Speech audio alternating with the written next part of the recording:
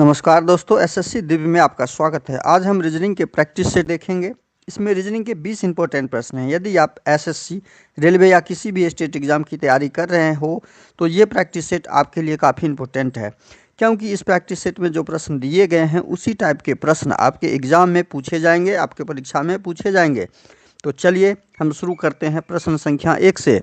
प्रश्न संख्या 1 करने से पहले आपसे रिक्वेस्ट है, वीडियो शुरू से अंत तक जरूर देखिए। वीडियो अच्छा लगे तो लाइक और कमेंट कर दीजिएगा।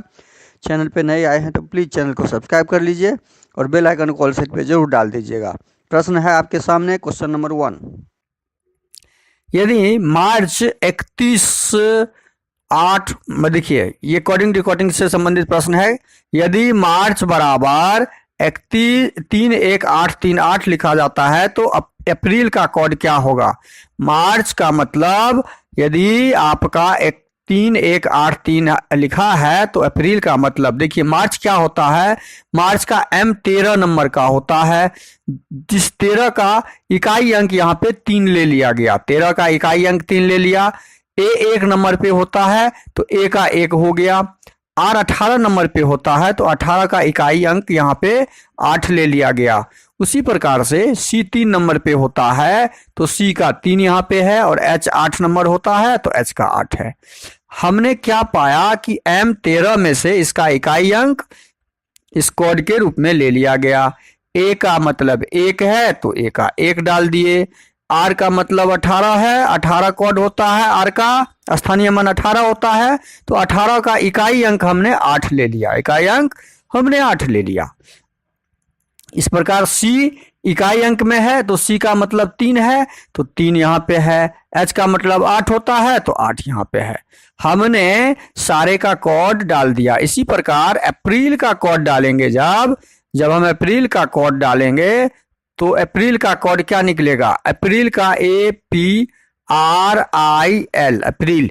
A 1 नंबर पे तो 1 नंबर पे इकाई हो ही जाएगा, 1 का 1 हो जाएगा। PA होता है 16, 16 का इकाई स्थान 6 हो जाएगा। R होता है 18, 18 का इकाई स्थान 8 हो जाएगा। I होता है 9 तो 9 इकाई में ही है, इकाई अंक का इकाई अंक हो जाएगा। L होता है दहाई अंक में 12 तो 12 का इकाई स्थान 2 होता है। तो अप्रैल का कोड हमारा क्या आ गया? 16892 आ गया। तो 16892 जहां पे होगा वो ऑप्शन हमारा सही होगा, जो ऑप्शन ए में दिख रहा है। क्वेश्चन नंबर 1 का सही आंसर ऑप्शन ए हो जाएगा। अगला प्रश्न है क्वेश्चन नंबर 2।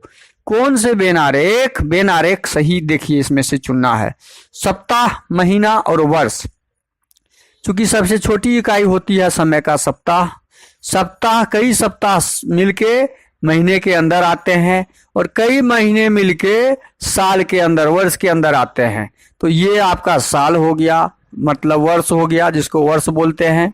आपका महीना का हो गया, और यह आपका सप्ताह का हो गया। सप्ताह आपके महीने के अंदर आते हैं, महीने आते हैं साल के अंदर। तो इस तरह के डायग्राम जो आपके मिलेंगे ऑप्शन, वो ऑप्शन सी में दिख रहा है। ये ऑप्शन सी है, आपका ऑप्शन सी हो गया ये, और ये डी हो गया।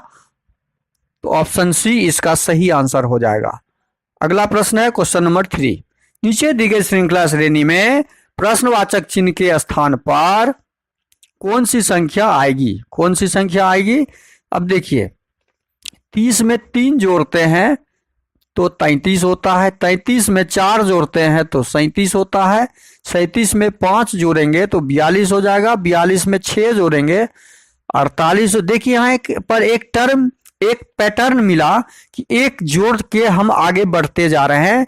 48 में 7 जोड़ते हैं तो 55, तो प्रश्नवाचक चिन्ह पे 8 जोड़ेंगे 55 में तो 8 5 13, 5 1 6 63। प्रश्नवाचक चिन्ह के स्थान पे हमारा का आंसर आएगा 63 आंसर आएगा, जो ऑप्शन बी में दिया हुआ है। क्वेश्चन नंबर 3 आपका आंसर निकल गया। अब क्वेश्चन नंबर 4 है आपके सामने। किसी सांकेतिक भाषा में 541 को 100 लिखा है तो 671 को क्या लिखा जाएगा? 541 को क्या लिखा गया?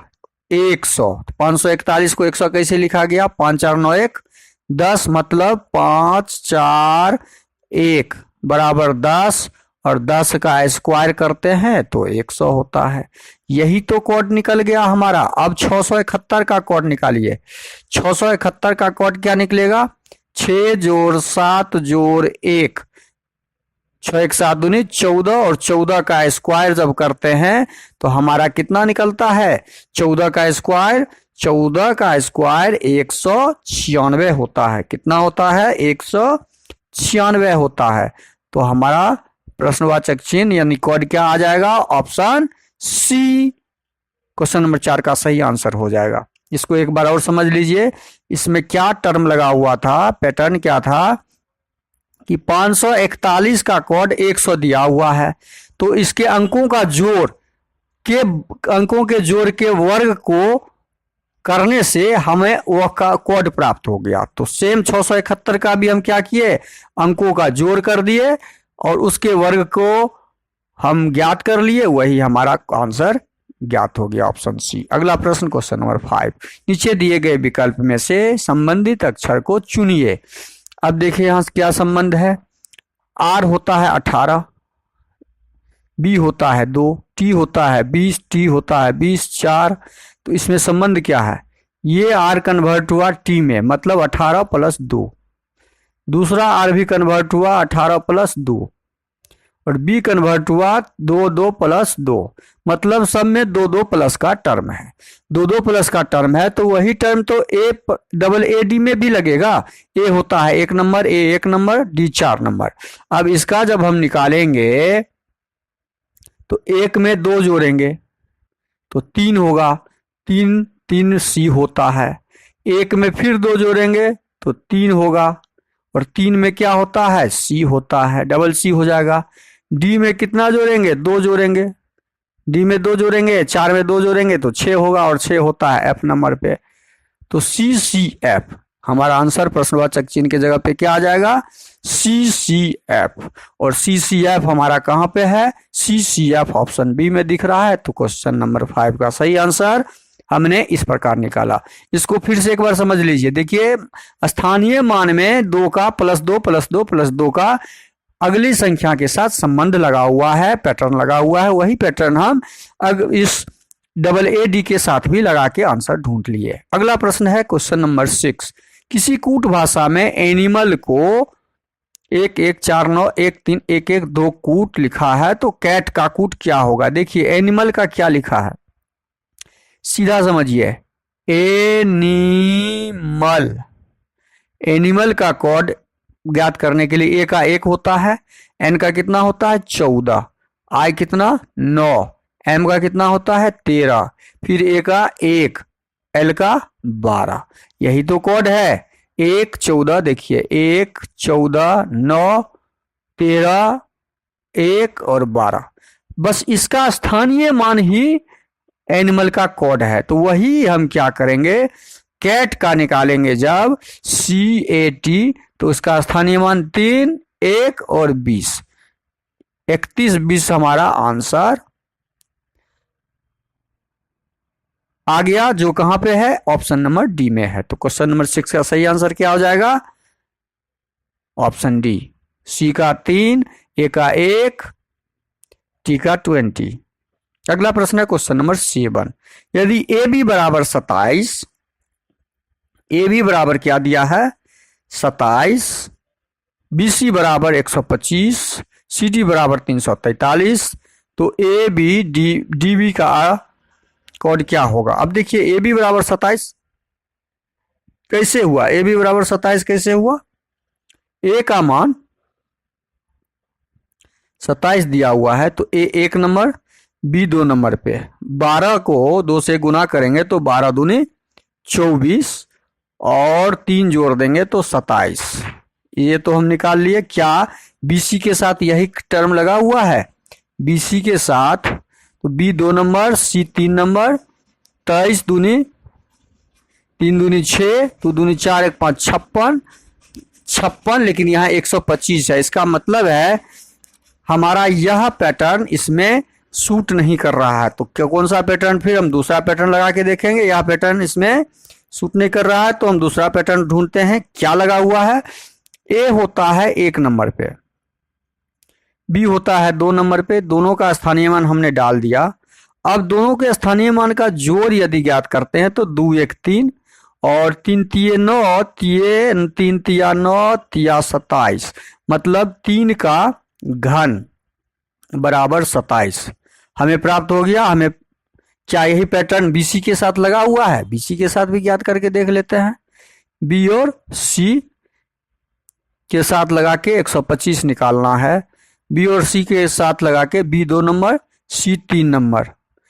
2 और 3 को जब जोड़ेंगे हम तो कितना हो गया? 5 और 5 गुने 5 गुने 5 पचे 25 पचे 125, हमें 5 का घन प्राप्त हुआ और जो 125 दे रहा है। मतलब हमारा कोड हमें प्राप्त हो गया। हमने पैटर्न भी ढूंढ लिया और इसका कोड भी हमें प्राप्त हो गया। 125 यहाँ भी, 125 यहाँ भी।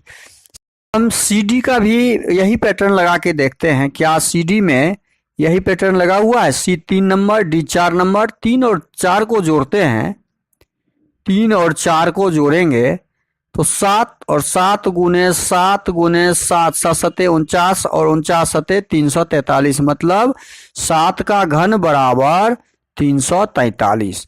यहाँ पर भी यही पैटर्न लगा हुआ है। इसका मतलब है 343 कोड हमें प्राप्त हुआ कि ए बी डी और बी का भी कोड हम जब ज्ञात करेंगे तो हमें यही प्राप्त होगा। A 1 number, B 2 number, D 4 number, B 2 number. इस सब को जब जोड़ेंगे, हम जोड़ते हैं तो हमें क्या प्राप्त होता है? 2 1 3, 4 3 7, 2 9, 9 गुना 9, 9 नमा 81, 81 नमा कितना? 81 नमा 9, 9 8 72, 2 729। हमारा आंसर क्या निकल जाएगा? 729। जो कहाँ पे दिया हुआ है 729? 729 हमारा ऑप्शन सी में दिया हुआ है। कहाँ पे दिया हुआ है? ऑप्शन सी में हमारा। तो ऑप्शन सी इस प्रश्न का सही आंसर हो जाएगा। हमने किस, देखिए ए और बी डी का आंसर क्या ढूंढ लिया? 729। 9 का घन, मतलब 9 का घन, 9 का घन 729 आता है, जो हमारा आंसर आ गया। अगला प्रश्न है क्वेश्चन नंबर 8। एक पंक्ति में शिवानी का स्थान दोनों ओर से 23वां हो तो बताएं पंक्ति में कुल कितने व्यक्ति थे? तो कुल व्यक्ति की संख्या, कुल की संख्या, लड़की लड़का व्यक्ति जो भी हो, कुल की संख्या बराबर होता है दाएं से प्लस बाएं से -1। अब दोनों छोर से इसका संख्या 23 ही है, तो 23 दूनी 46 में से 1 घटा देंगे। 23 में से मतलब 46 में से 1 चला गया तो 45। उस क्लास में, उस रो में, उस पंक्ति में 45 बच्चों की संख्या, व्यक्तियों की संख्या होगी। तो 45 क्वेश्चन नंबर 8 का क्या हो जाएगा सही आंसर? 45। हमेशा ध्यान रखिए, ऊपर नीचे रहे, दाएं बाएं रहे, तो कुल की संख्या जब ज्ञात करनी हो तो उसमें से एक दोनों तरफ की संख्या को जोड़ के, मतलब स्थान को जोड़ के 1 घटा देते हैं। अगला प्रश्न है क्वेश्चन नंबर 9। एक बॉक्स में ए बी सी डी 4 धातु को रखा गया जिसमें ए बी से भारी है। देखिए कोई बॉक्स है, उसको रखा गया है सामान को, तो बॉक्स में रखा गया 4 सामान है। पहला क्या है? ए बी से भारी है। ए क्या है? ए जो है ए बी से भारी है, तो बी नीचे रख देंगे। हम रो में सजाते हैं, ए ऊपर, ए भारी है बी से कर दिए, और बी सी से भारी है। बी किससे भारी है? सी से भारी है। बी सी से भारी हम कर दिए, और ए सबसे भारी है। ए सबसे भारी नहीं है, ए सबसे भारी नहीं है। देखिए यहाँ पे हमने 3 सामान ही रखा है, और क्वेश्चन में दिया हुआ है ए सबसे भारी नहीं है, मतलब ए के ऊपर और कोई है, तो चौथा बचा हुआ हमारा कौन है इसमें? चौथा डी बचा हुआ है, तो डी सबसे भारी हम ऊपर रख दिए। अब प्रश्न में क्या पूछा? बताइए सबसे भारी कौन है? सबसे भारी हमारा डी है प्रश्न। तो क्वेश्चन नंबर 9 का सही आंसर क्या हो जाएगा? सबसे भारी ऑप्शन डी हो जाएगा। अगला प्रश्न क्वेश्चन नंबर 10। विशाल एक लड़की की ओर इशारा करते हुए कहा कि वह मेरे दादाजी के एकमात्र पुत्र की बहू है। बताइए लड़की विशाल से किस प्रकार संबंधित है। विशाल नाम का विशाल है एक लड़की की ओर, ये विशाल है मान लीजिए, लड़की की ओर इशारा कर रहा है, ये लड़की है, करते हुए कहा कि वह मेरे दादाजी, मतलब विशाल के दादाजी का मतलब हुआ विशाल के पिता के पिता, विशाल के पिता दादाजी हुए, दादाजी के एकमात्र पुत्र। अब विशाल के दादाजी का एकमात्र पुत्र तो इसका पिता ही हुआ। तो क्लियर, समझ में आ गया आपको, क्लियर। दादाजी के एकमात्र पुत्र तो यही हुआ, एकमात्र पुत्र की बहू। अब इसकी बहू है, ये बहू है, लड़की कौन है, बहू है। तो बहू है तो ये जब पिताजी की बहू है तो विशाल का पत्नी हो गया, विशाल का ये कौन है, लड़की पत्नी हो गया। अब प्रश्न में पूछा गया लड़की विशाल से किस प्रकार, ये तो क्लियर है, ऑप्शन सी इसका सही आंसर हो जाएगा, विशाल का संबंध लड़की से पत्नी का, ऑप्शन सी इसका सही होगा। अगला प्रश्न है क्वेश्चन नंबर 11, दिए गए विकल्पों में से लुप्त संख्या ज्ञात करें। लुप्त संख्या यहाँ है प्रश्नवाचक चिन्ह, इसे ज्ञात करना है। चूंकि बड़ी संख्या नीचे है तो हम ऊपर से नीचे की तरफ देखेंगे। 4 5 9, 9 को क्या करेंगे, 9 9 81 हो जा रहा है। तो अब क्या है, यहाँ पे जोर से संभव नहीं है, घटाएंगे यदि 5 में 4 तो 1, 1 का स्क्वायर क्यों कुछ भी करेंगे तो 41 संभव नहीं है। तो अब हम इसका क्या करेंगे, 4 का स्क्वायर करके देखते हैं और 5 का स्क्वायर और जोड़ देते हैं। तो 4 चौके 16 और 5 25, 16 25 41, देखिए आ गया हमारा 41। बस हम यही चीज यहाँ करेंगे, 6 का स्क्वायर और 3 का स्क्वायर करके हम जोड़ देंगे, 6 6 36, 3 3 9 और दोनों को जोड़ते हैं तो 9 6 15, 3 1 4 45 आ गया।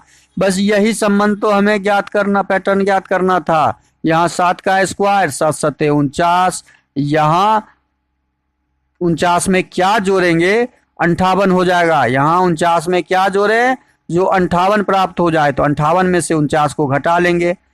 हम 49 में क्या जोड़ेंगे, जो 58 प्राप्त हो जाए तो 58 में से 49 को घटा लेंगे। तो 18 में से 9 गया तो 9, 9 का स्क्वायर मतलब 9 लाना होगा हमें। यहाँ पे हमें क्या लाना होगा, 9 लाने के लिए यहाँ 3 का स्क्वायर करना होगा। तो 3 आ गया, हमारा आंसर क्या हो जाएगा, और खाली स्थान पे ऑप्शन ए हो जाएगा। हमारा खाली स्थान पे ऑप्शन क्या हो जाएगा, ऑप्शन ए हो जाएगा। अगला प्रश्न है क्वेश्चन नंबर 12 में दिया गया है लुप्त, यहाँ भी ज्ञात करना है। अब देखिए बड़ी संख्या इसमें बीच में दे दिया है, 2 और 3 को इसको यदि जोड़ देते हैं हम तो 5 प्राप्त होता है और 5 का क्यूब ज्ञात करते हैं तो 125। ये तो समझ में आ गया। उसी प्रकार क्या यही पैटर्न इसमें लगा हुआ है, 3 और 4 को जोड़ देते हैं तो 7 और 7 का घन ज्ञात करते हैं तो 343 हो जाता है। सही है। अब हम इसमें क्या लगाएंगे पैटर्न, इसमें पैटर्न लगाएंगे, इसको और इसको जोड़ने से 5 में क्या जोड़े हम, 5 में क्या प्रश्नवाचक चिन्ह जोड़ दें जो हमारा उसका घन 216 हो जाएगा। अब 216 घन किसका होता है, 216 का जो घन हम ज्ञात करेंगे जब भी तो 6 का होता है, 6 का घन होता है 216। हमने यहाँ 7 ज्ञात किया, यहाँ 6 का घन होगा 216, 6 का घन बराबर 216। इसका मतलब यहाँ पे जोड़ने 5 में क्या जोड़ेंगे, जो 6 प्राप्त होगा तो 5 में हम 1 जोड़ देंगे तब तो 6 प्राप्त होगा। तो हमारा आंसर क्या निकला, 1, प्रश्नवाचक चिन्ह के स्थान पे 1 आ जाएगा। अगला प्रश्न है क्वेश्चन नंबर 13, 5 वाहन ABCDE में से डी का माइलेज बड़ा छोटा वाला ज्ञात करना है। बड़ा छोटा वाला ज्ञात करना है तो वही पैटर्न लेंगे हम। डी का माइलेज बी और सी से अधिक है, ये डी है, और इसका माइलेज बी से भी अधिक है और सी से भी अधिक है, हमने डाल दिया। ई का माइलेज ए से अधिक है, ई और ए का यहाँ पे कोई जिक्र अभी नहीं है, लेकिन बी से कम है। ये दिया है कि बी से कम है, किसका माइलेज, बी से कम है ई का माइलेज, बी से कम है तो ई यहाँ आ जाएगा, और ए से अधिक है तो ए आपका ई के बाद ए आ जाएगा। मतलब ए यहाँ आ जाएगा और सी नीचे आ जाएगा, सी सबसे नीचे आ जाएगा। तो हमारा जो बना यहाँ पे डी बी ई ए और सी बना। अब प्रश्न में दिया इन पांचों में से किस वाहन का माइलेज सबसे अधिक, तो डी है, ऊपर में कौन है, डी है, तो ऑप्शन सी हमारा सही होगा। अगला प्रश्न है क्वेश्चन नंबर 14। निम्नलिखित शब्दों को एक तर्कपूर्ण अर्थपूर्ण क्रम में व्यवस्थित करें। शिक्षा, कॉलेज, डिग्री, नामांकन, मूल्यांकन, कक्षा। ये कॉलेज से संबंधित वर्ड है, तो इसका पहला लेटर हमारा क्या आ जाएगा, नामांकन आ जाएगा। पहले तो हम कॉलेज जाएंगे तो नाम ही ना लिखाएंगे, तो नाम लिखाएंगे। 5 वाला तो यहाँ पे बस हमारा आंसर मिल गया, 5 वाला ऑप्शन ए की है, तो हमारा आंसर ऑप्शन डी हो जाएगा। लेकिन इस प्रश्न का पूरा डिटेल्स हम जानकारी देंगे। मूल्यांकन के बाद यहाँ पे 4 नंबर नहीं आएगा, पहले हमारा होगा 5 नंबर नहीं होगा, पहले हमारा हो जाएगा एडमिशन। हम कहीं कॉलेज में जाएंगे तो एडमिशन लेंगे 4 नंबर वाला। 5 हमारा हट गया, ये हट गया, 2 ऑप्शन बचा। नामांकन होने के बाद नामांकन का काम खत्म। उसके बाद हम क्या करते हैं, नामांकन जब मेरा हो जाता है तो कॉलेज हम जाना शुरू कर देते हैं, तो 2 नंबर उसके बाद आ जाएगा। और कॉलेज जब जाने लग जाते हैं तो हम कक्षा में जाते हैं। कॉलेज में कहाँ जाते हैं, कक्षा में, 6 नंबर उसके बाद हो जाएगा। और कक्षा में जाने के बाद हम क्या करते हैं, शिक्षा का ग्रहण करते हैं, शिक्षा लेते हैं कॉलेज में, और 1 नंबर उसके बाद आ जाएगा। तो हमारा ऑप्शन जो है 4 2 6 1 ऑप्शन सी में दिख रहा है। इसके आगे हम जाएं तो भी मेरा आंसर यहाँ ज्ञात हो चुका है। हम आगे अगले प्रश्न पे चले जाएंगे। क्वेश्चन नंबर 15 है आपका, आकृति श्रृंखला में अगले स्थान पे आने वाली आकृति को चयन करें। देखिए यहाँ पे एक लाइन है, उस एक लाइन को 2 लाइन ने क्रॉस किया है दाहिने तरफ झुक के। अब उसके अगले में एक ही लाइन है लेकिन बायां तरफ क्रॉस किया है झुक के। अब अगले आकृति में 2 लाइन बन गया नीचे रो में, मतलब ऊर्ध्वाधर में 2 लाइन, और ऊपर से 3 लाइन दाहिने तरफ झुका हुआ है। ठीक इसका उल्टा है, बाएं तरफ इधर झुका हुआ है। तो हमारा जो अगला आकृति होगा 3 लाइन बनेगा, 2 लाइन के बाद 3 लाइन, और बाएं दाहिना तरफ वाला झुका हुआ है तो दाहिने तरफ ये 3 कट था, तो इसमें 4 हो जाएगा, 1 2 3 4 कट हो जाएगा। यह आकृति हमें ऑप्शन ए में नहीं दिख रहा है, ऑप्शन बी में नहीं दिख रहा है, ऑप्शन सी में भी नहीं दिख रहा है, ऑप्शन डी में दिख रहा है, तो हमारा ऑप्शन डी सही हो जाएगा। अगला प्रश्न है क्वेश्चन नंबर 16। एक कागज को मोड़ा और काटा जाता है जैसा कि नीचे दर्शाया गया, उसे खोलने के बाद कैसा दिखेगा। अब यहाँ पे सब लास्ट खोलेंगे तो ये पार्ट खुल के यहाँ पे आ जाएगा, तो आकृति ज्यों का त्यों यहाँ हो जाएगा। ये पूरे पार्ट खुल के यहाँ जाएगा, तो यहाँ पे आकृति गोलाकार है तो गोलाकार ऐसे हो जाएगा। तो यह आकृति हमें ऑप्शन बी में नहीं, ऑप्शन सी में नहीं, ऑप्शन डी में भी नहीं दिख रहा है, तो ऑप्शन ए में दिख रहा है, तो ऑप्शन ए हमारा सही हो जाएगा। अगला प्रश्न है क्वेश्चन नंबर 17। नीचे दी गई आकृति किस विकल्प से चिन्हित है। अब देखिए यह आकृति ऐसे होता तो इसमें होता, ये ए में नहीं है। यह आकृति यहाँ पे है बी में, देखिए ये सेम आकृति बी में दिख रहा है, सी में तो संभव भी नहीं है, डी तो है ही नहीं। अगला प्रश्न है क्वेश्चन नंबर 18। दर्पण में जो आकृति बनेगा वो ज्ञात करना है। ये दाहिना तरफ तीर है तो हमारा ये तीर उठ के आ जाएगा बायां तरफ और ये हो जाएगा दाहिना तरफ। तो इस तरह का तीर हमारा कहाँ पे दिख रहा है, एक सी में दिख रहा है और एक ए में, तो बी और डी हमारा ऑप्शन नहीं होगा। अब सी ऑप्शन नहीं होगा, क्यों? क्योंकि यहाँ पे ये जो चित्र दिया हुआ है ये कॉर्नर से उठा हुआ ऐसा नहीं है, इसलिए ये सी आकृति नहीं होगा। ये भाग ये यहाँ जो चित्र होगा ऐसा होगा, ये गोलाकार एरिया सटा हुआ होगा, तो ये गोलाकार एरिया जब भी सटा हुआ होगा तो ऐसा चित्र यहाँ पे बनेगा, जो हमारा ऑप्शन ए में दिख रहा है। सी भी संभव नहीं है। अगला प्रश्न है क्वेश्चन नंबर 19। प्रश्न आकृति में कौन सी उत्तर आकृति पैटर्न पूरा करता है। उत्तर आकृति पैटर्न जब से ये बना हुआ है तो ऐसे हम बना लेते हैं, तो यह आकृति और उसके नीचे एक लाइन लगा हुआ है तो लाइन लगा देंगे, लाइन वाली आकृति इसमें, लाइन वाली आकृति, ये संभव ही नहीं है। सी अभी संभव नहीं है। अब एक आकृति गोलाकार यहाँ पर है तो ये गोलाकार, ये बहुत बड़ा गोलाकार है, ये संभव नहीं है। ये लाइन दिया हुआ है यहाँ पे उल्टा है तो संभव ही नहीं है, यहाँ गोलाकार एरिया है ही नहीं तो ये भी संभव नहीं है। तो बचा हमारा ऑप्शन बी, तो हमारा ऑप्शन बी सही हो जाएगा। अगला प्रश्न क्वेश्चन नंबर 20 है। तो यह टाइपिंग मिस्टेक है और उस क्वेश्चन टाइपिंग मिस्टेक में गलत टाइप हो गया है, तो इस प्रश्न को हम अभी नहीं करेंगे। वीडियो को शुरू से अंत तक जरूर देखिए। वीडियो अच्छा लगे तो लाइक कर दीजिएगा। चैनल पे नए आए हैं तो प्लीज़ सब्सक्राइब कर लीजिए और दोस्तों को अधिक से अधिक शेयर कर दीजिए। साथ में बेल आइकन को ऑल सेट पे जरूर डाल दीजिए। आपका शेयर और सब्सक्राइब ही मेरा मनोबल बढ़ाता है, आप हौसला बढ़ाता है। हमें हौसला जरूर प्रदान कीजिए आप अपना सब्सक्राइब और शेयर करके। थैंक यू, धन्यवाद। जय हिंद, जय भारत।